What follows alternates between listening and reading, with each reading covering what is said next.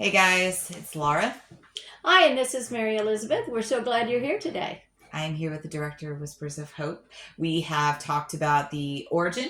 We have Yes. talked about the later period. We had a special Mother's Day podcast, which will be uploaded shortly.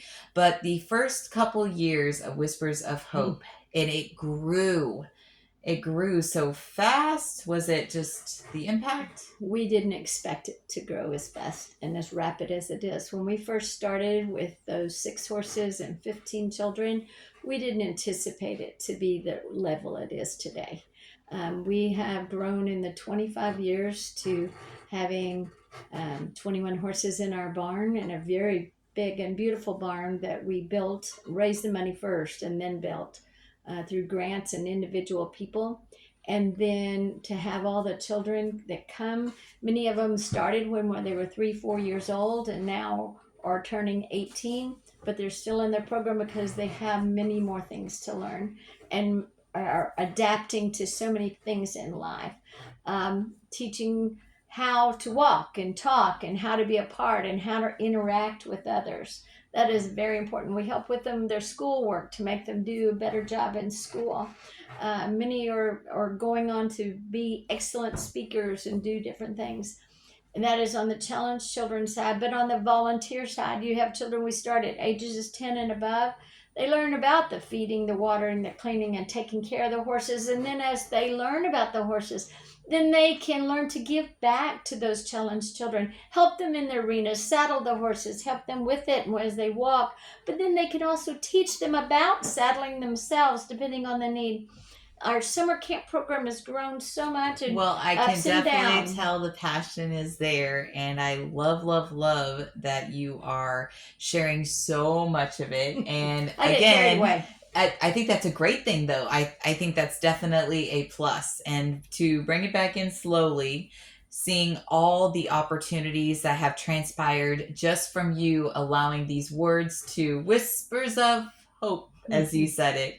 But those first couple years, tell me about the biggest challenges that you faced that eventually worked itself out with God's glory and grace. Funding Okay. and believing.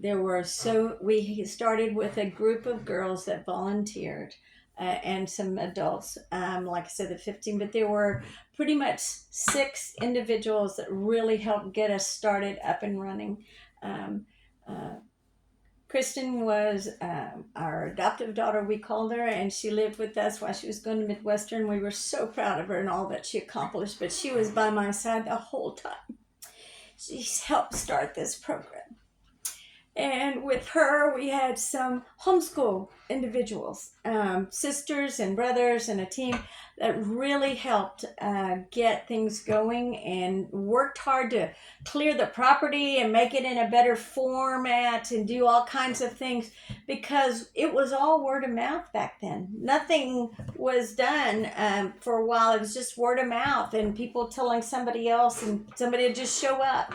So we did a lot of things, but then all of a sudden we were started, and then children would just show up, and we would have people to come and be a part, and work our way through it. And we just thought it was going to be a small weekend event.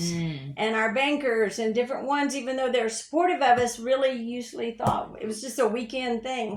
But as it grew and grew, it became a full week bound. I mean, now we have 270 children in our program. That's amazing. And it's a beautiful thing, but it is also a lot of work. It takes a lot of people because when back then it was myself and kids, and that's it. And so we worked so hard to get together to give the challenged children an opportunity to be the best they could be. There are different groups that kept coming because some would rotate through because they'd go to college or go to the Air Force or do different things. So the next group came along. Then 2 or 3, we can't really call them generations, but it's kind of what we called them because it was like every 4 to 5 years you had a new crop.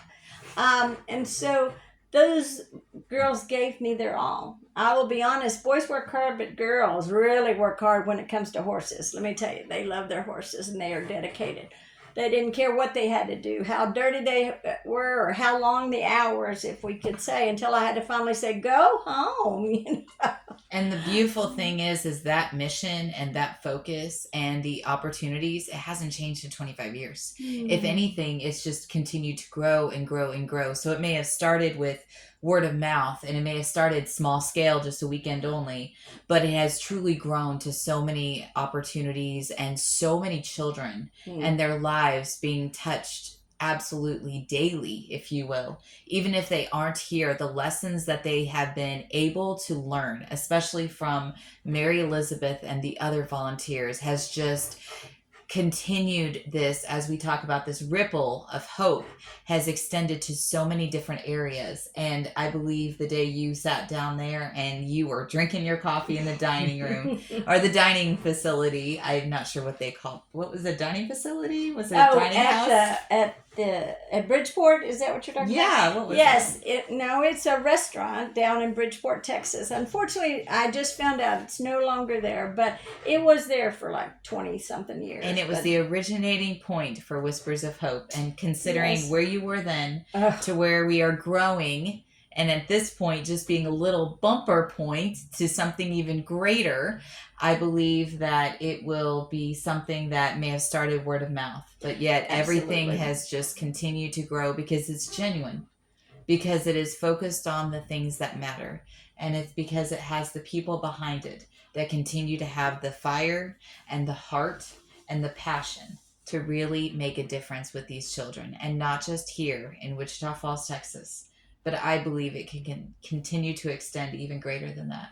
It is a surrounding area. We talk about Wichita County, but there's actually 6 to 7 counties, and right over the Red River as well. We have children that come from there, and we are blessed. Well, whoever needs us, we are available.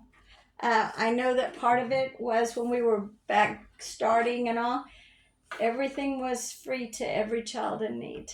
And for 17 years, every child was free of charge.